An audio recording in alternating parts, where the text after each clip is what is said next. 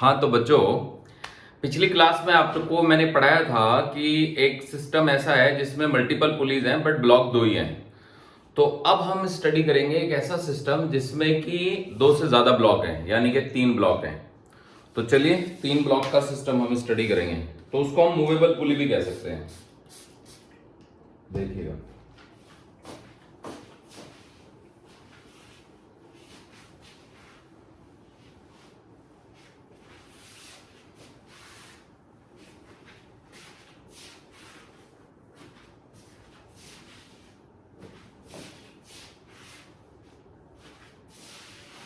Three block system.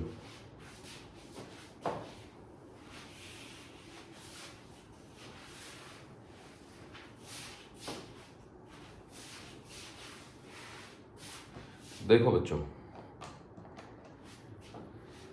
Suppose करें कि यहां पर ये एक पुली है,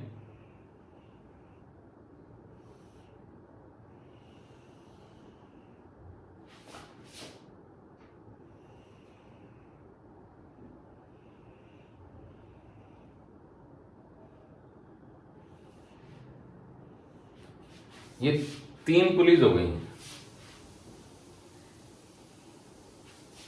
ओके, तो एक ब्लॉक को हमने कनेक्ट करना है यहां पे, मान लो इसका नाम बी है, मास इसका M2 है। एक को कनेक्ट करना है यहां पे, मान लो इसका मास M1 है, नाम इसका A है। और एक को हम कनेक्ट कर देते हैं यहां पे, इसका नाम C रख देते हैं, मास M3 रख देते हैं। ये दोनों की रेडियस ले लेते हैं small r radius, small r radius, और ये रेडियस ले लेते हैं कैपिटल R। ठीक है, तो अब हमें पता ये लगाना है कि इन तीनों के एक्सेलेरेशन में क्या रिलेशन होगा। तो देखिए, कई सारे तरीके हैं पता लगाने के, तो मैं आपको सारे सिखा देता हूं। सपोज करें कि ये A1 एक्सेलेरेशन से आगे जा रहा है, और ये जा रहा है A3 से आगे, और ये जा रहा है A2 से नीचे। यहां से यहां की डिस्टेंस को हमने y मान लिया। ध्यान से देखिएगा, ये y है ना, इसके सेंटर से इसके सेंटर की डिस्टेंस को y मान लिया। इसके सेंटर से, है ना, इसकी डिस्टेंस को x1 मान लिया, और इसके सेंटर से इसकी डिस्टेंस को हमने x3 मान लिया। तो फिर इसको y क्यों मानना है, x2 ही मान लेते हैं। अब देखिए, जो रस्सी की टोटल लेंथ है वो कितनी हो गई, यहां से लेके यहां तक, है ना, x1, फिर यहां से यहां तक क्वार्टर सर्कल, और फिर यहां से यहां तक पाई r, और फिर यहां से यहां तक सेमी सर्कल, और फिर यहां से यहां तक, है ना, यहां तक।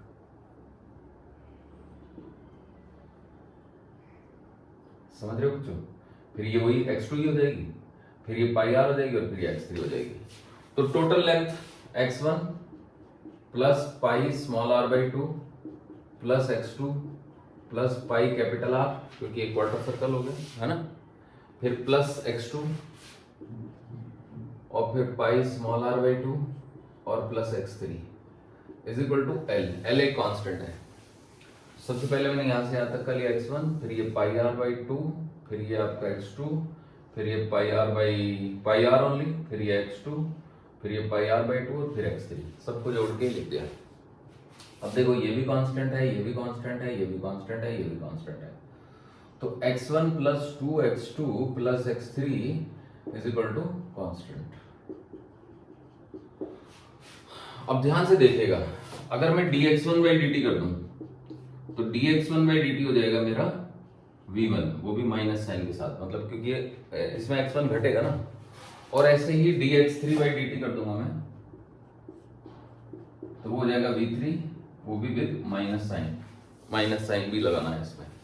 लेकिन x2 बढ़ेगा, तो जो dx2 बाई dt है वो हो जाएगा पुली का एक्सेलरेशन। अब पुली के सेंटर से कनेक्ट है ब्लॉक M2, तो ब्लॉक M2 का एक्सेलरेशन वेलोसिटी v2। तो अब हम इसको डिफरेंशिएट कर देते हैं। तो ये हो गया हमारा dx1/dt plus 2 times of dx2/dt plus dx3/dt, है ना, इज इक्वल टू आ गया 0। अब देखो dx1/dt की जगह -v1 डाल देंगे,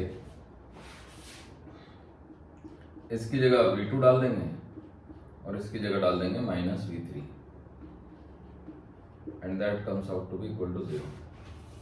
v1 v2 v3, ये -v1 प्लस v2 -v3, तो यहां से आ गया 2v2 is equal to v1 plus v3। तो यहां से हमारा आ गया v2 is equal to v1 plus v3/2। तो ये रिलेशनशिप आ जाती है, यानी कि पुली के मिड पॉइंट का जो एक्सेलेरेशन है, इस मिड पॉइंट का, वो इन दोनों एंड्स के एक्सेलेरेशन का एवरेज है। यानी अगर मैं इसको ऐसे बना दूं डायग्रामेटिकली, तो ये मिड पॉइंट हुआ, इसका एक्सेलेरेशन नीचे को हुआ a2, और यहाँ पे जो भी ब्लॉक बंधा है उस ब्लॉक का एक्सेलेरेशन हुआ a1, और यहाँ पे जो भी ब्लॉक बंधा है उसका एक्सेलेरेशन हुआ a3। अब ये तीनों मैंने नीचे को ही लिए हैं, या तो आप तीनों ऊपर को ले सकते हो, तो तीनों एक ही दिशा में रहेंगे तो फिर तीनों पॉजिटिव ले सकते हैं आप, या तीनों नेगेटिव। तो यहाँ से a2 की वैल्यू आ जाती है a1 प्लस a3/2। तो ये हमारा फार्मूला है, सही है बच्चों। अब इसी का एक दूसरा तरीका बता देता हूं मैं प्रूफ करने का। तो let me tell you one more method. तो देखिए, इसको ये तो नोट कर ही लिया होगा आपने। अब दूसरा मेथड में बता देता हूं। ये डिस्टेंस लेने की जरूरत नहीं है इस मेथड में।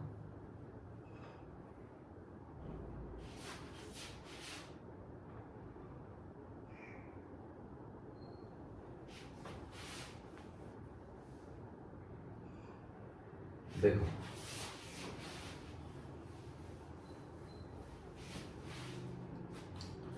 तो जो दूसरा मेथड मैं बता रहा हूं बच्चों, उसकी क्या खास बात है,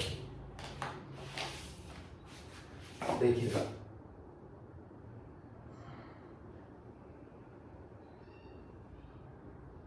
ये सब तो है ही, है ना। तो ये a1 एक्सेलेरेशन से इधर आ रहा है, ये a3 से, और ये a2 से नीचे जा रहा है। तो मेथड की खास बात ये है कि आप जो ये पुली है ना, मान लो इसका नाम P2 है, इसका P1 है और इसका P3 है ना। तो P2 के सेंटर पे बैठ जाओ आप, इन the frame of centre of P2।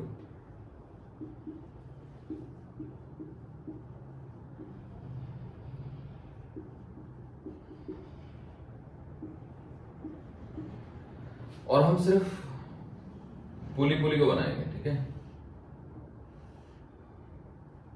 ये पुली का सेंटर है। तो वैसे तो इस पॉइंट का एक्सेलेरेशन नीचे को a2 है, इसका एक्सेलेरेशन नीचे को a1 है ना, इसका एक्सेलेरेशन नीचे को a3 है, ऐसे है ना। तो हम सेंटर के फ्रेम में आ जाते हैं। तो सेंटर के फ्रेम में यानी हम यहां बैठ गए, है ना। तो अगर हम यहां बैठ जाएंगे तो इसका एक्सेलेरेशन हो जाएगा 0।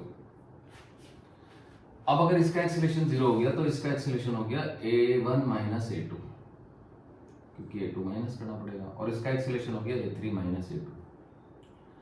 अब बात ऐसी है कि एक रुकी हुई पुली, ये रुकी हुई पुली है, तो इसमें ये एंड इधर जाएगा तो ये एंड ऊपर जाएगा, मतलब कि a2 को बड़ा होना चाहिए a3 से, ताकि ये नेगेटिव हो, समझे बच्चों। तो कहने का मतलब, अगर मैं इसका एक्सेलेरेशन ऊपर को दिखा दूं, मतलब ऐसे करके a2 माइनस a3,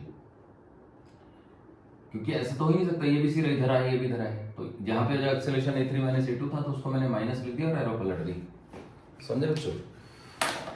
तो अगर मैं ऐसा कर देता हूं, तो मैं ये कहूंगा कि देखो जी, a2 माइनस a3 की वैल्यू a1 माइनस a2 के बराबर होनी चाहिए, क्योंकि तो रुकी हुई पुली है ना, तो जितनी रस्सी इधर से नीचे आएगी उतनी इधर से ऊपर जाएगी। तो a1 minus a2 must be equal to a2 minus a3, ऐसा होना चाहिए, ठीक है। तो अगर ऐसा होता है तो आप कह सकते हो कि a1 plus a3 is equal to 2a2, यानी कि a2 is equal to a1 plus a3/2, ऐसे आ गया, सही है। अब एक और तरीका मैं बता देता हूं इसका आपको। देखिए, एक और मेथड है। तो उसमें हम सेंटर के फ्रेम में नहीं जाते हैं, ठीक है। तो देखो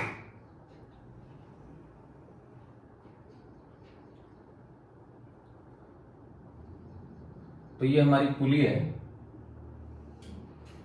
तो अब हम सोचें अगर कि पुली का मोशन कैसा हो रहा है तो क्या हमें पता चलेगा।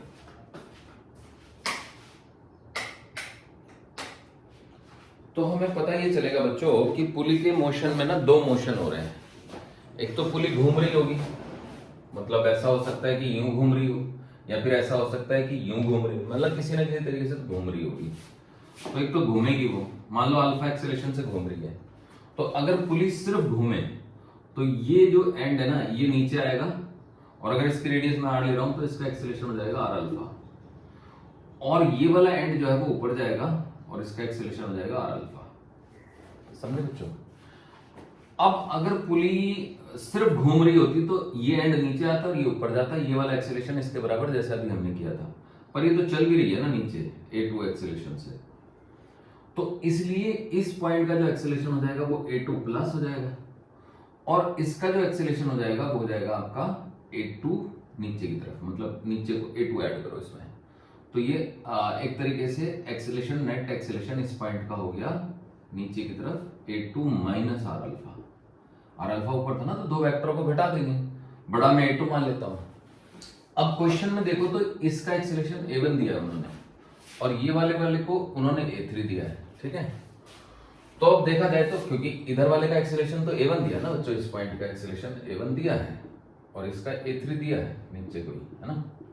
तो a1 की वैल्यू को मैं ये लिख दूंगा, तो यानी a1 की वैल्यू को मैंने लिख दिया a2 प्लस आर अल्फा, और a3 की वैल्यू को मैंने लिख दिया a2 माइनस आर अल्फा।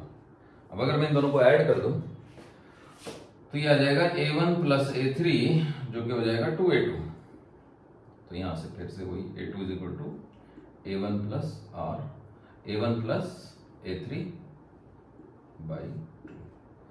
तो अब आप जान गए होंगे कि एक तरीके से पुली के मिड पॉइंट का जो एक्सेलरेशन होगा वो बाकी दो के एक्सेलरेशन का एवरेज होगा। अब देखिए इसमें क्या होगा कि अगर बाई चांस एक चीज नीचे आ रही हो और एक चीज ऊपर जा रही हो, ऐसा भी हो सकता है, ठीक है। तो देखो उस केस में बता देता हूं मैं, यहां पे तो ये फिक्स ही था कि इन सबको नीचे ही आना है, ठीक है। पर अगर एक्सेलरेशन ऊपर नीचे हो गए तो क्या होगा।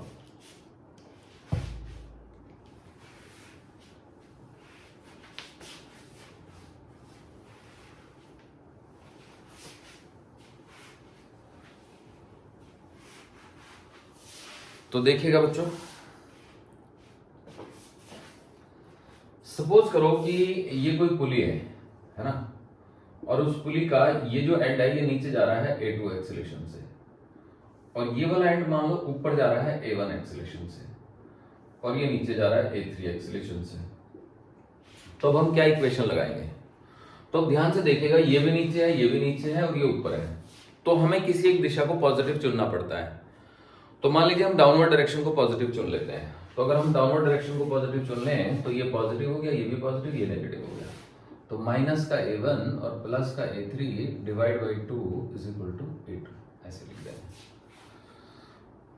तो बस यहां से आ जाएगा माइनस का a1 प्लस का a3 is equal to 2a2, बस जो भी लिखना हो आपको, या फिर a3 is equal to a1 plus 2a2, ऐसे लिख दीजिए, जैसे मर्जी लिख दीजिए, ठीक है। एग्जाम्पल के तौर पे मान लो एग्जामिनर अपने को ये कह दे कि भाई देखो इसका एक्सेलरेशन है 10 मीटर पर सेकंड स्क्वायर नीचे को, इसका एक्सेलरेशन है 2 मीटर पर सेकंड स्क्वायर नीचे को, और इसका एक्सेलरेशन है a नीचे को मान लो, तो a की वैल्यू बताओ। तो अब आप कहेंगे कि सर देखिए a plus 10 by 2 must be equal to 2, तो ये 4 हो गया, तो a की वैल्यू होगी, a प्लस 10 की वैल्यू होगी आपकी 4, तो a की वैल्यू होगी आपकी -6। माइनस आने का मतलब है क्योंकि आपने इसको डाउनवर्ड मान लिया, तो माइनस आने का मतलब है कि एक्चुअल में ये ऊपर जा रहा होगा 6 के एक्सेलरेशन से, समझे बच्चों। So it must be going up with an acceleration 6 metre per second square. अब मान लो ये नहीं पता है हमें, है ना, इसका नाम a2 डाल देते हैं, a2 निकालना है, तो देखो a2 भी वही आएगा 2, तो सपोज करो कि ये -6 है ना, इसको डाउनवर्ड मान लिया, तो -6 और +10 बाई में 2 इज इक्वल टू A2, तो 4/2 है ना, so this comes me A2 is equal to 2 metre per second square. सही है। तो अगर ये दे रखा हो उनको 2 है ना, और हमें ये निकालना हो A3 है ना, तो देखो हम A3 भी निकाल सकते हैं। तो देखिएगा 2 इज इक्वल टू, वैसे ठीक है ना, 2 is equal to -6 plus A3/2, तो ये 4 हो गया, 4 is equal to -6 plus A3, तो A3 इज इक्वल टू 10 आ गया। सही है बच्चों। तो कोई भी निकाल सकते हैं, माइनस से कोई ज्यादा मतलब आप ये समझ लो कि ये और ये अगर दोनों एक ही डायरेक्शन में है, ये ऊपर है, तो जो ऊपर है उसको नेगेटिव ले लो, मतलब कोई दो वेक्टर जिस तरफ है वो उसको पॉजिटिव डायरेक्शन चूज कर सकते हैं आप। क्लियर हो गया। तो अब मुझे लगता है बच्चों को आ गया समझ कि कैसे रिलेशन निकालना है। एक्चुअली ये रिलेशन ना सब जगह काम करता है, ये 2 वाले में भी काम करता है, ऐसा नहीं है कि 2 वाले में काम नहीं करता। ये देखो इस तरह का एक सवाल कराया था ना मैंने, ऐसा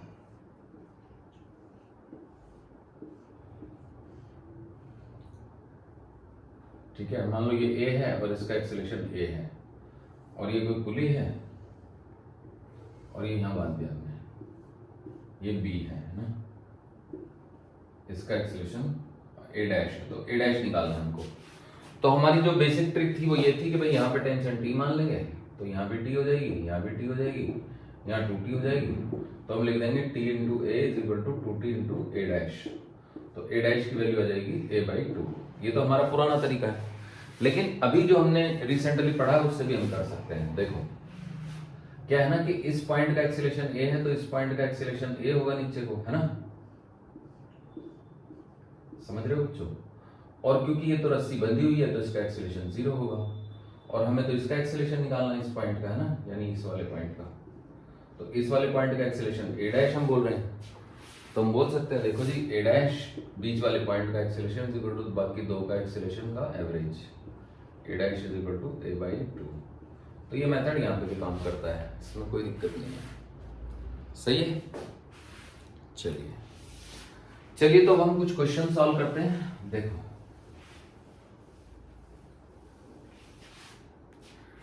देखिएगा बच्चों, क्वेश्चन है ये,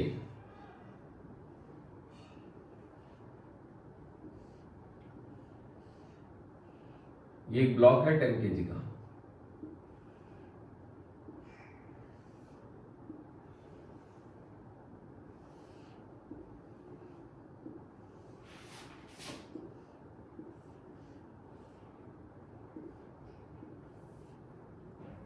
ये एक ब्लॉक है 30 kg का, और यहां पे एक ब्लॉक है 20 kg का, ले लो, इसका नाम A रख देते हैं, इसका B रख देते हैं, और इसका C रख देते हैं। तो क्वेश्चन ये है कि हमें एक्सेलरेशन निकालना है सबके, है ना। तो देखिए हम ये मान लेते हैं कि इसका एक्सेलरेशन A1 है आगे को, इसका एक्सेलरेशन A3 है इधर को, तो इसका एक्सेलरेशन नीचे को A2 हो जाएगा, है ना। तो अगर हम इस पुली पे ध्यान देंगे, तो इस पुली पे अगर हम ध्यान दें तो वही बात हो गई, ये A3 हो गया नीचे को, ये फिर आपका A1 हो गया नीचे को, और ये फिर आपका A2 हो गया नीचे को। तो A2 must be equal to, यहाँ पे लिख देते हैं A2 must be equal to A1 plus A3/2, या फिर आप ऐसे लिख लो 2A2 is equal to A1 plus A3, ऐसे हो गया। This is my equation number 1। अब देखो इसको आगे कौन लेके जा रहा है, T, नीचे को tan G लगेगा, ऊपर को एक नॉर्मल रिएक्शन NA लगेगी, इस दिशा में तो मोशन हो ही नहीं सकता, तो tan G तो NA से बैलेंस हो जाएगा, आगे इसको T लेके जा रहा है, तो फॉर A के लिए हम लिखेंगे T is equal to 10A1। अब इसको देखो, इस पे नीचे को 30G लग जाएगा,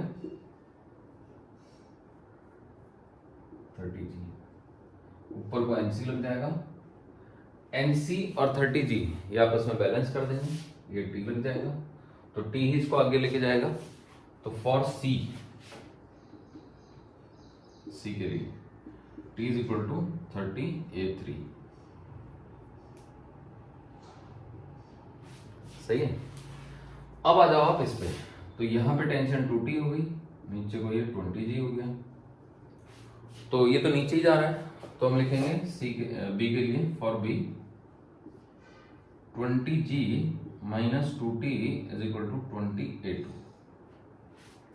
अब यहां से A1 की वैल्यू आई t/10 और ये वैल्यू भी आई, A2 की वैल्यू आई आपकी g माइनस t/10, तो यहाँ पे लिख दो दो ब्रैकेट में g माइनस t/10। ये आप देख सकते हो ना, अगर मैं इसको डिवाइड कर दूं 20 से तो ये हो जाएगा g minus t/10 is equal to A2 की वैल्यू मैंने यहाँ पे डाल दी, इज इक्वल टू A1 की वैल्यू आ गई t/10 प्लस A3 की वैल्यू आ गई t/30। तो अब इसको अंदर ले जाते हैं दो को, तो 2g minus 2t/10 is equal to t/10 plus t/30। तो 2g is equal to 2t/10 plus t/10 plus t/30। तो एक काम करते हैं, ये 3t/10 हो गया, तो 2g is equal to 3t/10 plus t/30। तो 3t/10 को हम 9t/30 लिख सकते हैं, या एलसीएम ले लो 30, तो 9 प्लस 1 10 हो गया ये, तो 2g is equal to 10g/30। तो 0 से 0 कैंसिल, 10t, तो यहां से t की वैल्यू आ गई आपकी t/3, 2g is equal to t/3, तो यहां से t की वैल्यू आ गई 6g। बस एक बार t की वैल्यू निकली चाहिए तो फिर तो A1 भी निकल जाएगा, तो 6g/10, तो A1 की वैल्यू आ गई बच्चों, देखो ध्यान से,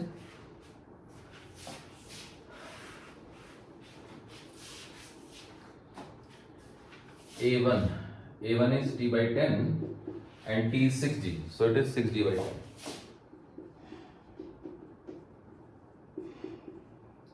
फिर A2 is t/30 and it is 6g/30, so A2 is equal to 6g/30,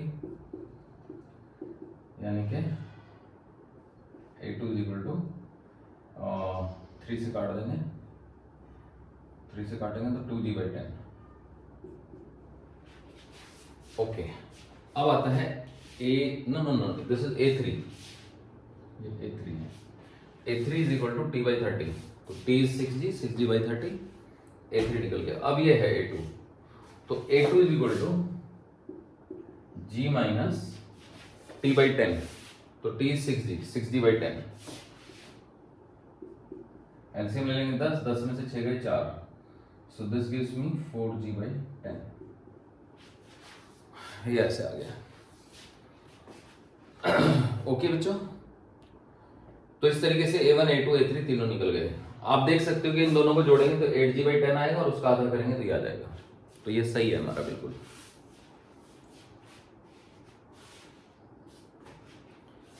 अब इस क्वेश्चन की, इस पर्टिकुलर क्वेश्चन की हमारे पास एक और शॉर्टकट ट्रिक है, देखिए मैं सिखा देता हूं आपको, ठीक है।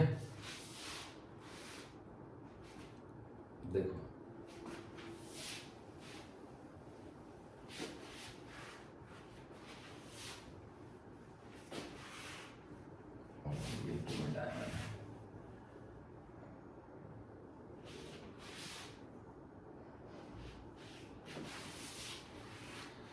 अब वो ट्रिक हर जगह नहीं चलती, बस इसी क्वेश्चन में चलती है, तो यही दिक्कत है उस ट्रिक की।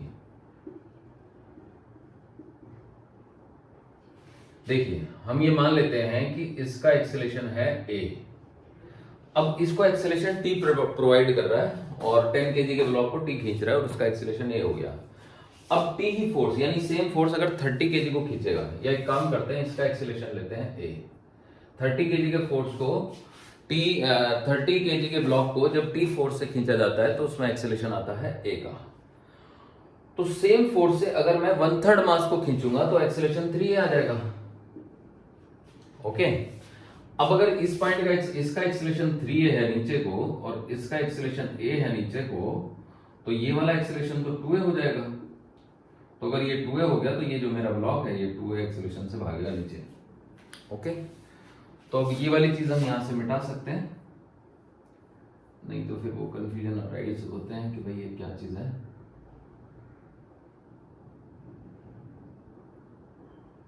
तो हमें ये पता लग गया कि अगर इसका एक्सेलेरेशन नीचे को 3 है, इसका एक्सेलेरेशन नीचे को है, तो यहाँ पे एक्सेलेरेशन 2 है नीचे को। तो अब यहाँ पे टेंशन T है, यहाँ भी T है, तो यहाँ 2T हो जाएगी, है ना। तो बस ठीक है। तो अब देखो T इज इक्वल टू है ना 30 इंटू ए, ये तो एक इक्वेशन हो गई। इसके लिए हमने सी के लिए लिख दी, इसके लिए लिखने की जरूरत नहीं है क्योंकि वो तो यहीं से इंटरप्रेट कर दिया ना हमने। फिर इसकी इक्वेशन लिखो, तो इस पे नीचे को कितना है 20g, तो 20g minus 2t is equal to 20 into 2a। अब t की वैल्यू 30 है तो इसमें डाल देंगे, तो 2t है तो 60a हो जाएगा। तो 20g minus 60a is equal to 40a, तो 20g is equal to 100a, 0 से 0 कैंसिल, तो a is equal to 2g by 10। तो a is equal to 2g by 10 का मतलब हो गया acceleration of c is 2g by 10, तो acceleration of c is 2g by 10। And what about acceleration of a, इसका 3 times है ना इस एक्सेलेरेशन ऑफ a, तो मतलब तो हो जाएगा 6g बाई 10, और ये तो 2 टाइम्स है ना, तो इसका तो एक्सेलेरेशन ऑफ b हो जाएगा आपका a का दुगना यानी कि 4g बाई 10। तो मुझे लगता है ये आपको मेथड समझ आ गया होगा। ठीक है बच्चों, तो चलिए आगे बढ़ते हैं और एक और सवाल करते हैं। ये आप नोट कर लीजिए।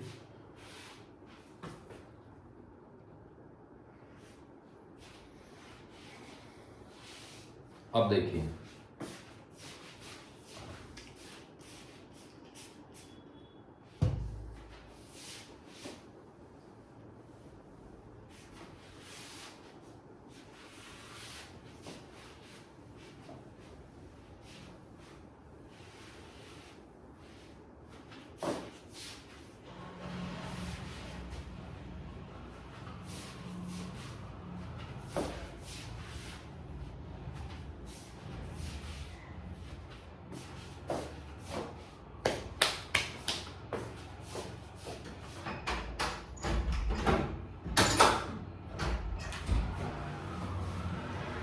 देखिए बच्चों,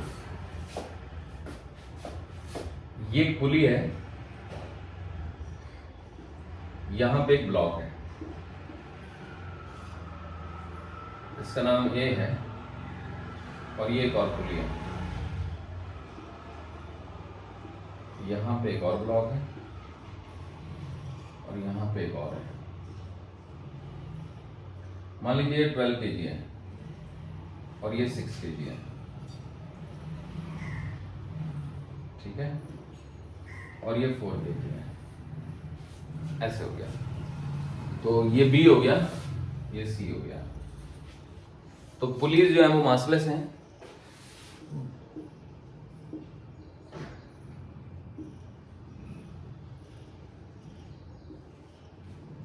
तो इस पुली का नाम P1 है, इसका नाम P2 है। तो क्वेश्चन है कि acceleration of block B find करना है। Find acceleration of block B, find acceleration of block B. Block B का एक्सेलरेशन बता दीजिए। ठीक है बच्चों, तो चलिए फिर बताते हैं। तो देखो, अब ये 6 और 12 थोड़ा भारी सा लग रहा है, तो हम ये एज्यूम कर लेते हैं कि A1 ऊपर जा रहा है, ब्लॉक ए ऊपर जा रहा है A1 एक्सेलरेशन से, और B नीचे जा रहा है A2 एक्सेलरेशन से, और ये भी नीचे जा रहा है A3 एक्सेलरेशन से।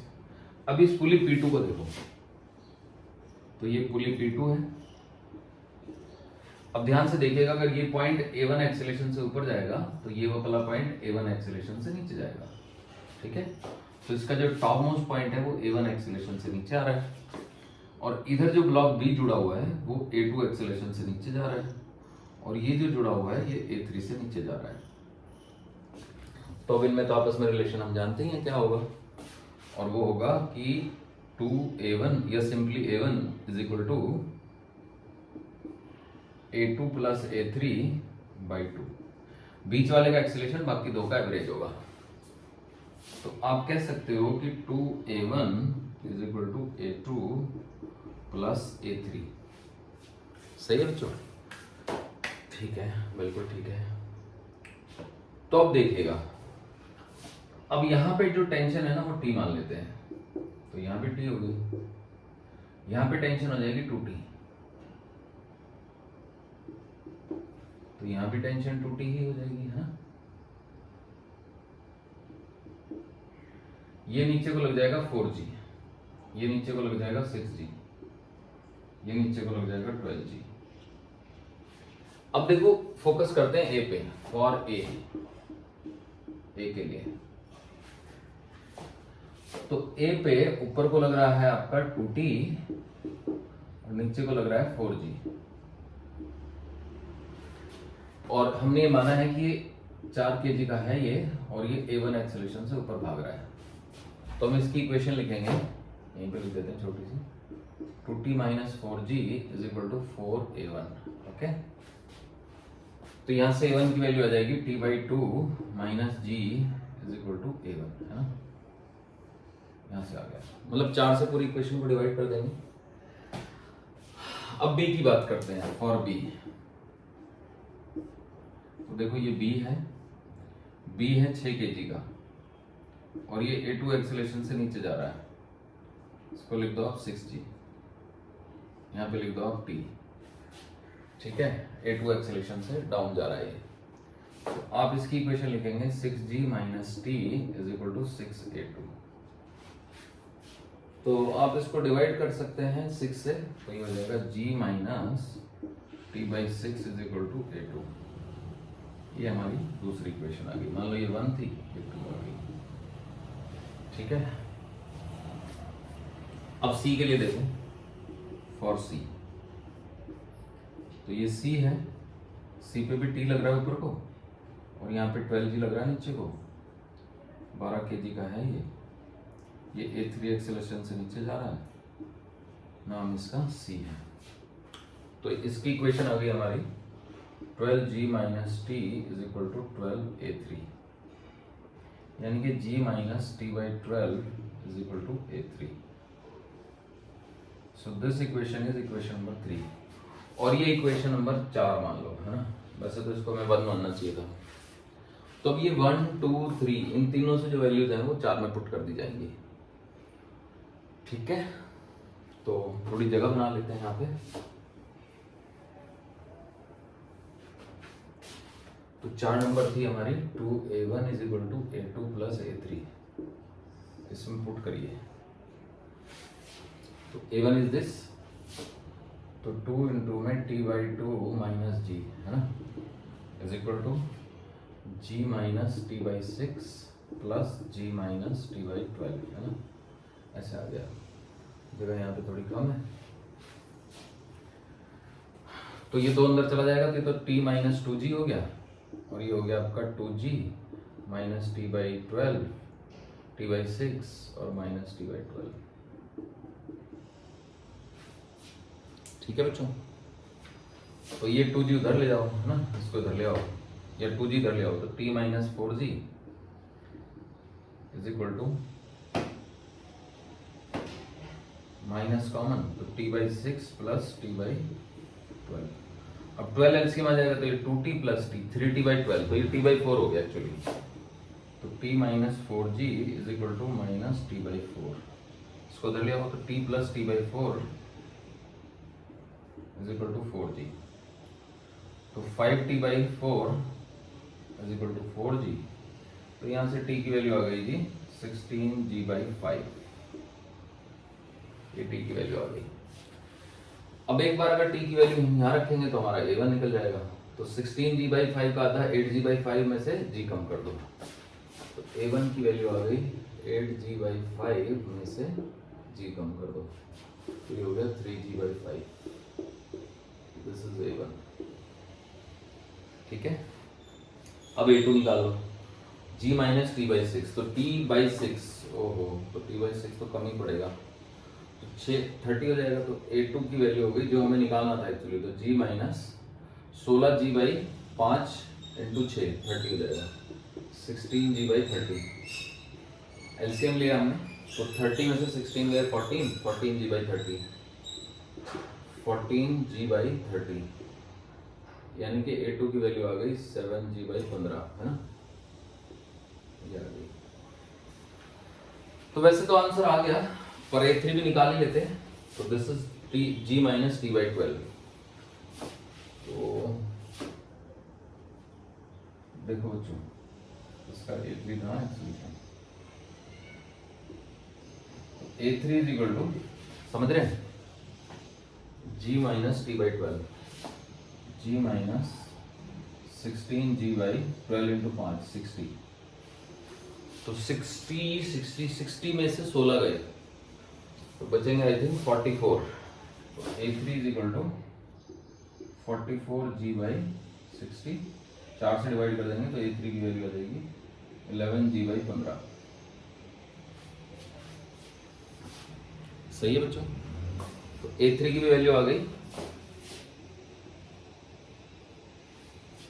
ये हमारा क्वेश्चन सॉल्व हो गया। ठीक, अब इस क्वेश्चन को मैं एक और मेथड से सॉल्व करा देता हूं आपको, ठीक है, देखिएगा।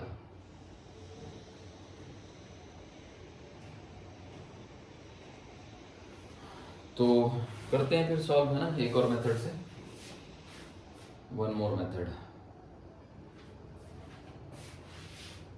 तो याद रखो ये A1 A2 जो है ना, हमने ग्राउंड के फ्रेम में ही एक्सीलरेशन माने थे इसके, ठीक है। मेथड 2,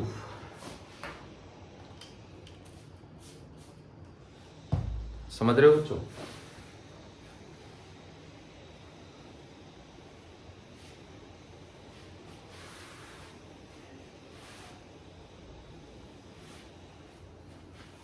हमें एक्सेलरेशन ऑफ ब्लॉक बी निकालना है, और जब हम कहते हैं एक्सेलरेशन ऑफ ब्लॉक बी बताओ, तो हमें ग्राउंड के फ्रेम में निकालना होता है,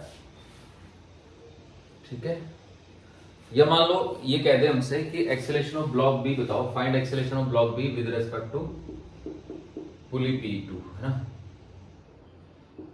पुली P2 के रेस्पेक्ट में एक्सेलरेशन ऑफ ब्लॉक बी बताओ, अगर कह दिया जाए। तो अब देखो पुली P2 का एक्सेलरेशन नीचे को कितना है, A1, और ब्लॉक बी का एक्सेलरेशन नीचे को कितना है, A2 लिया था ना हमने। तो पुली ब्लॉक बी का एक्सेलरेशन P2 के रेस्पेक्ट में आ जाएगा, acceleration of B with respect to P2, ये आ जाएगा हमारा A2 माइनस A1, है ना। And A2 is 7G/15 and it is 3G/15, 9G/15। इसको आप 9G/15 में तो लिख सकते हो,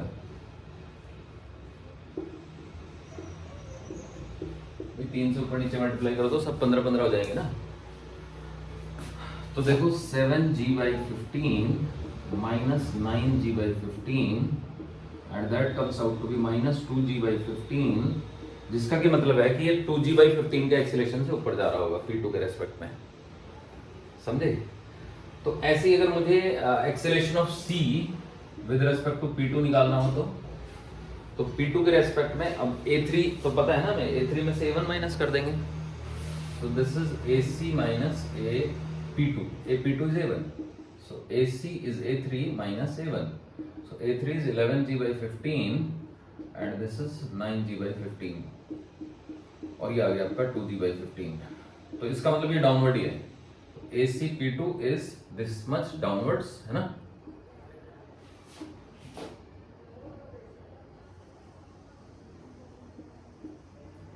और ये AB P2 है ना, तो हम कह सकते हैं AB P2 is equal to 2G/15, और ये माइनस साइन ये बता रहा था कि एक्चुअली अपवर्ड होगा। अब ये बात कहां तक सेट है, ये बिल्कुल सेट है बच्चों, क्योंकि अगर आप इस P2 के फ्रेम में आ गए तो P2 फुली रुक गई, तो उसमें B अगर ऊपर आएगा तो C नीचे जाएगा। तो ये तो बिल्कुल एकदम पक्का है, ऐसा होना ही चाहिए था, क्योंकि रुकी हुई पुली में 2 ब्लॉक होंगे, तो एक ब्लॉक अगर नीचे आएगा तो एक ऊपर जाएगा, इसमें कोई शक की गुंजाइश ही नहीं है। तो अब देखिएगा, अब हम ऐसे ही करेंगे, ब्लॉक बी का एक्सेलरेशन निकालेंगे, लेकिन हम जाएंगे पुली के फ्रेम में, ओके। तो जाते हैं हम पुली के फ्रेम में, ठीक है। ये भी मिटा देते हैं, इसके सारे क्यों लिखे हैं, बस आंसर लिख लेते हैं।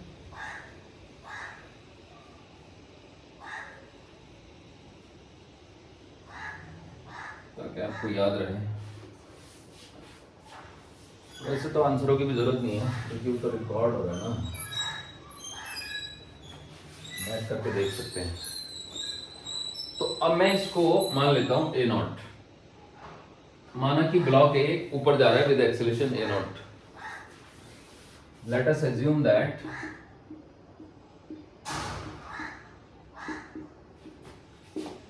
The block A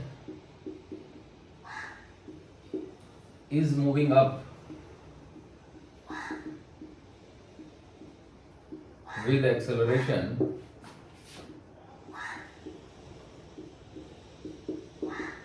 a not. माना कि ब्लॉक ए नॉट एक्सेलरेशन से ऊपर जा रहा है, ठीक है बच्चों। तो अब देखो, तो हम पुली P2 के फ्रेम में आ जाएंगे, इन the frame of pulley P2।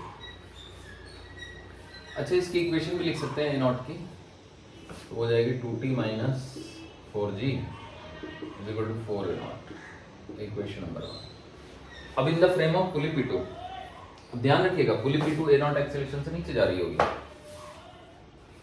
तो इन the frame of pulley P2, तो पुली P2 के फ्रेम में हम आ गए और ये पुली P2 रुक गई है, याद रखिएगा ये P2 रुक गई है क्योंकि हम तो पुली P2 के फ्रेम में हैं। तो अब ये ब्लॉक 6 kg का है और ये ब्लॉक आपका 12 kg का है। क्योंकि पुली P2 ए नॉट के एक्सेलरेशन से नीचे आ रही थी, तो जिस दिशा में पुली चल रही होती है उसके उल्टे दिशा में एक सूडो फोर्स फील करते हैं सारे ब्लॉक इस फ्रेम से। तो ये 6 ए नॉट एक ऊपर को फील करेगा और ये 12 ए नॉट ऊपर को फील करेगा, और 6g तो है ही इधर और 12g तो है ही इधर, ये टेंशन तो है और ये भी टी है, ये सूडो फोर्स है, ये सूडो फोर्स है। तो इसका एक्सेलरेशन में लिख लेता हूं नीचे को ए आर और इसका ऊपर को लिख लेता हूं मैं A R. R stand for relative, A R is acceleration of C with respect to pulley P, relative acceleration of C with respect to pulley P, and this is also relative acceleration. तो इनमें से एक नीचे को है एक ऊपर को है। तो AR is acceleration of C with respect to pulley P2, acceleration of C with respect to P2। Okay बच्चों, तो अब जब आप इसकी इक्वेशन लिखेंगे तो ये बड़ा आसान है। तो आप लिखेंगे 12g, एक्चुअली थोड़ा और स्मार्ट बन सकते हैं, इसको 6 a0 को यहां से हटा दो, 12 को भी हटा दो और यहाँ पे 6 इंटू में g माइनस ए नॉट लिख दो। मतलब जहां जहां पे g है वहां पे g माइनस ए नॉट आ जाएगा। तो ये भी 12g माइनस ए नॉट हो गया, 12 इंटू में g माइनस ए नॉट। तो क्योंकि हम एक ऐसी पुली के फ्रेम में है जो ऊपर जा रही थी, तो सूडो फोर्स इस पर नीचे जा रही थी, तो सूडो फोर्स ऊपर को लगेगा, तो g की जगह पे g माइनस ए नॉट से रिप्लेस कर देंगे इसको। तो 12g minus A not minus T is equal to 12 A R, और इसका लिखेंगे तो t minus 6g minus A not है ना, इज इक्वल टू 6 AR, ऐसे आ जाएगा। समझ रहे हैं बच्चों? अब इन दोनों को हम जोड़ देते हैं, तो जब हम जोड़ेंगे इनको तो ये हो जाएगा 6 इंटू में g माइनस ए नॉट है ना, इज इक्वल टू 18 AR, ऐसे आ गया।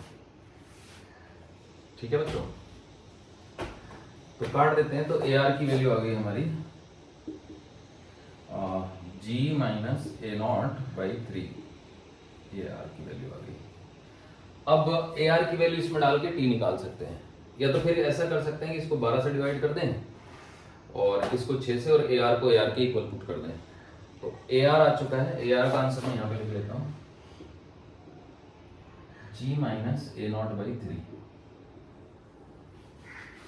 और अब मैं इसमें से ए आर को इक्वेट कर देता हूं। तो देखो जब मैं इसको 12 से डिवाइड करूंगा तो ये आएगा g minus A not minus T by 12 is equal to A R. इसको 6 से डिवाइड करूंगा तो t by 6 minus g minus A not है ना, ऐसे हो जाएगा। तो बच्चों ये इधर ले आओ, so 2g minus A naught is equal to t by 12 plus t by 6 है ना। एलसीएम कितना आ जाएगा 12, ये t और ये 3t 2t 3t बाई 12 हो गया ये, यानी कि t बाई 4 हो गया ये। तो t की वैल्यू हो गई आपकी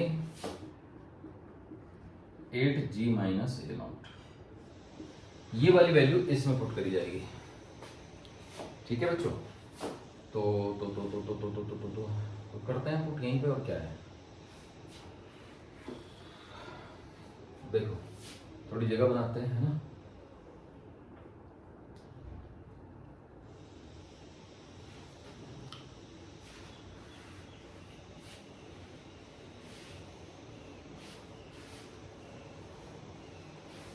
टी की ये वैल्यूज में पुट करते हैं यहाँ है ना, यहाँ पे पुट करते हैं देखो। तो 2 टी की वैल्यू ये है और यहाँ पे 2t है, तो दोगुना कर देंगे। तो 16g minus A not minus 4g is equal to 4 A not है ना। तो ये हो गया 16g minus 16 a not minus 4g is equal to 4 A nought. तो this is 12g is equal to 20 a nought. तो यहाँ से ए नॉट की वैल्यू आ गई जी आपकी 3g बाई 5 है ना, वही है एग्जैक्टली जो पहले निकला था। देखो ए नॉट की तो a1 था, 3g बाई 5। अब ए आर की वैल्यू निकाल लेते हैं। तो ए आर की वैल्यू हो गई है देखा जाए तो g माइनस ए नॉट, तो g माइनस ए नॉट निकाल लेते हैं। हाँ निकालो, जगह भी तो नहीं है, चलो हटाओ इसको है ना, ये भी तो हटा सकते हैं अब।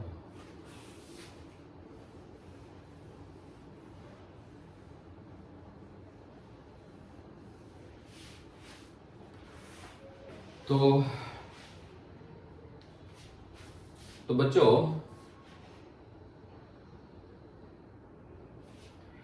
अब ए नॉट निकल गया तो ए आर निकाल लेते हैं।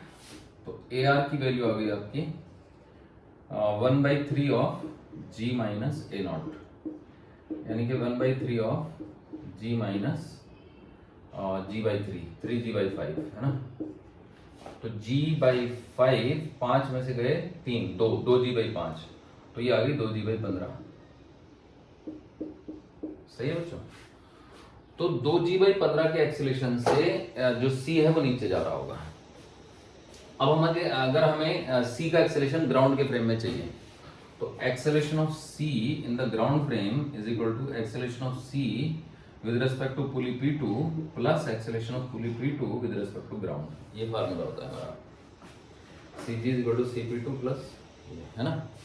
तो ये तो 2r/g है जो कि डाउनवर्ड है 2g बाई 15, और प्लस ap2g ये तो डाउनवर्ड है ना 3g बाई 5, तो प्लस 3g बाई 5। इसको आप 9g बाई 15 लिख सकते हैं। तो 9g by 15 plus 2g by 15 is equal to 11g by 15। ऐसे ही acceleration of b with respect to ground निकाल सकते हैं। Acceleration of b with respect to ground is equal to acceleration of b with respect to P2 जो कि AR है actually, और क्योंकि AR इसमें नीचे को है ना, this is AR downward and this is AR upwards, समझ रहे हो ना। यहाँ पे देखो, यहाँ पे तो हम A3 लिख देते हैं इसको, ठीक है, ये A2 लिख देते हैं, मतलब ये एक तरीके से A1 हो गया ना। ये ग्राउंड के फ्रेम में क्या एक्सेलरेशन है और ये AR है, तो AR ऊपर को है, समझ गए। तो AR is upward so it will be negative plus AP2G, तो माइनस का 2G बाई 15 और प्लस का 9G बाई 15 है ना। So that comes out to be 7G by 15. तो I am taking downward direction as positive direction. Okay? तो ये आ गया हमारा मेथड। तो होपफुली आपको समझ आ गया होगा बच्चों, ठीक है। तो मुझे लगता है आपको ये समझ आ गया है। तो चलिए इसकी एक और ट्रिक सिखा देता हूं मैं आपको, है ना। बास्केट,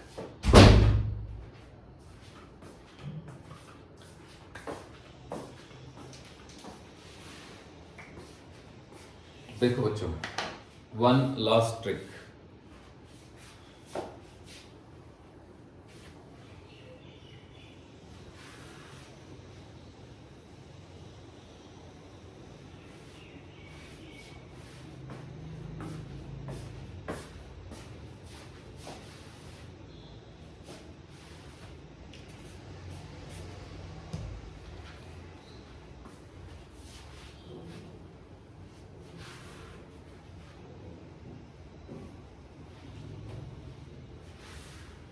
शॉर्टकट ट्रिक है ना, तो देखिएगा शॉर्टकट ट्रिक क्या है। याद करो, मैंने आपको एटवुड मशीन पढ़ाई थी, ये ऐसे, ये मान लो इसमें एक ब्लॉक है जिसका मास है m2 और ये एक ब्लॉक है जिसका मास है m1। m1 बड़ा है m2 से, तो यहां पे लगेगा m1 जी, यहां पे लगेगा m2 जी, और यहां टेंशन हो जाएगी T, ये भी हो जाएगी T और ये हो जाएगी 2T, याद रखो 2T। ओके बच्चों, तो हमारा फॉर्मूला है m1g minus T is equal to m1a, और है ना, ये a एक्सीलरेशन से नीचे आ रहा है, ये a से ऊपर जा रहा है, तो T minus m2g is equal to m2a। दोनों को ऐड करेंगे तो m1 minus m2 into g by is equal to m1 plus m2 into a, यानी a की वैल्यू आ जाती है m1 minus m2 into g by m1 plus m2। ये फॉर्मूले के तौर पे हम याद कर सकते हैं कि भाई net driving force divide by total mass, ऐसी टेंशन निकाल सकते हैं। तो अगर इसको m1 से डिवाइड करते हैं तो g minus T by m1 is equal to T by m2 minus g को इधर ले आओ तो 2g is equal to T by m1 plus T by m2। तो एलसीएम ले लेंगे तो ये आ जाएगा आपका m2t plus m1t divided by m1 m2, और यहाँ से टेंशन का फॉर्मूला आ जाता है t is equal to 2m1 into m2 by m1 plus m2 into g, ये आ जाता है। तो अब ये दो फॉर्मूले हम डायरेक्ट यूज करेंगे, मतलब इसमें कोई दिक्कत नहीं है।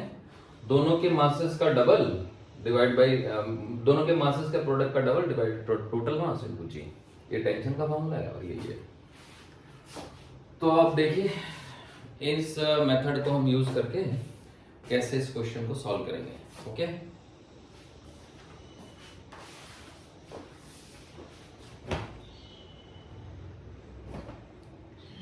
मैं ये मिटाता हूं।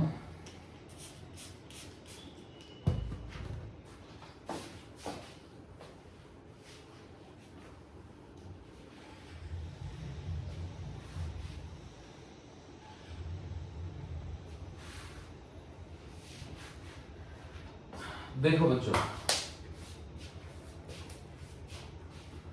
हमने माना कि जो ब्लॉक ए है वो ए नॉट एक्सेलरेशन से ऊपर जा रहा है। Let the block A is moving up with acceleration A naught. ठीक है बच्चों, तो इसकी इक्वेशन क्या बनेगी? 2t minus 4g is equal to 4a0, equation number 1।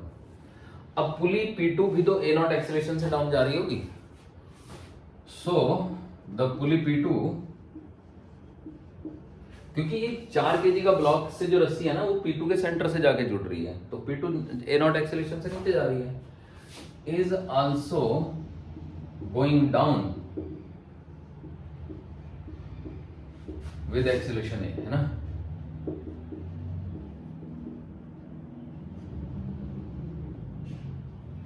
with acceleration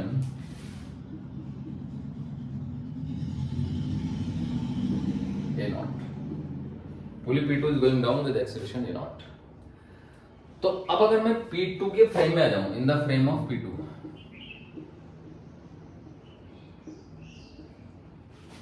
P2 का फ्रेम हो गया, P2 तो रुक ही गई। तो ये 6 kg हो गया, ये आपका 12 kg हो गया।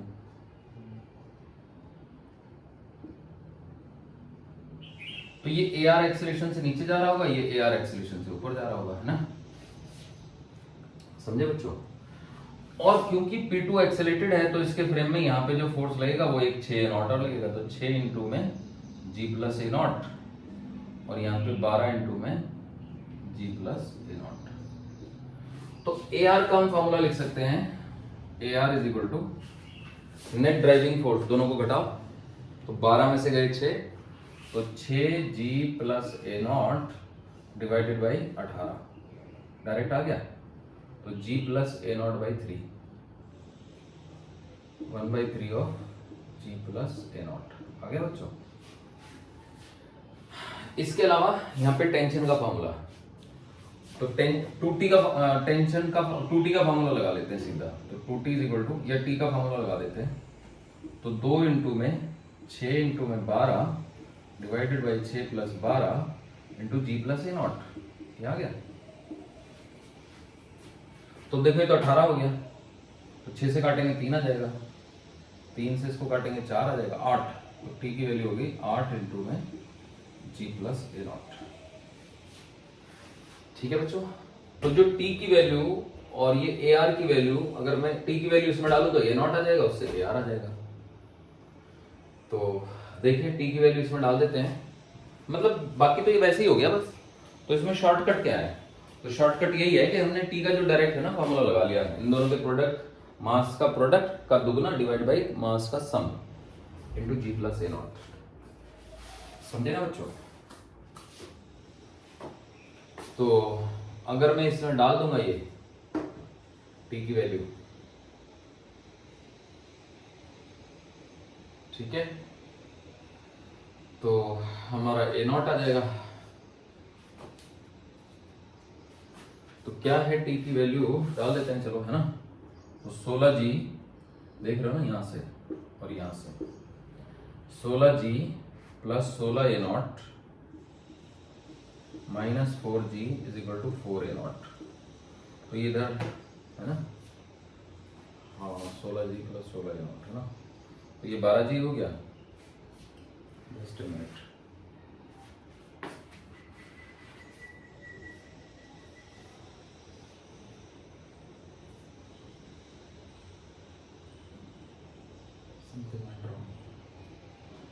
ओ ये यहां पे माइनस आएगा बच्चों, माइनस A0, क्योंकि सूडो फोर्स तो ऊपर को था ना, वही थिंकिंग कि क्या गड़बड़ हो गई। तो अगर ये माइनस आ गया ना, तो अब देखो 16 और ये 4 20 हो गया, so this is 12G is equal to 20 A0।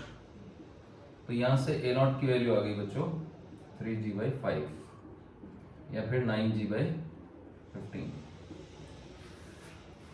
AR की वैल्यू निकाल लेते हैं, 3G/5 डालेंगे इसमें, तो G माइनस 3G/5 यानी कि 2G/5, तो 2G/5 का 1/3 यानी कि 2G/15। अब देखो ये आ गया A0, तो ऐसी बात है अगर हमें A3 चाहिए तो A3 की वैल्यू हो जाएगी A0 प्लस AR, समझ रहे हो, और इसकी वैल्यू हो जाएगी माइनस का AR प्लस का A0, क्योंकि A0 डाउनवर्ड है, तो A2 की वैल्यू हो जाएगी माइनस का AR प्लस का A0, ऐसे हो जाएगी, समझे बच्चों। तो AR कितना है, AR है 9G by, no it is A0, AR is just 2G/15, तो 2G/15 प्लस 9G/15, तो देखो नीचे लिखा हुआ है A3 आ गया 11G/15, और यहां पे देखो माइनस का 2G/15 और प्लस का 9G/15 है ना, सॉल्व करके 7G/15, A2 is equal to 7G/15। तो मुझे लगता है ये मेथड सबसे छोटा मेथड पड़ गया है, ठीक है, तो आपको समझ आ गया होगा। तो अब इस तरह के क्वेश्चन आप ट्राई करोगे तो आपको और अच्छे से समझ में आ जाएगा। ये क्वेश्चन स्पेशली जेई के लिए है, तो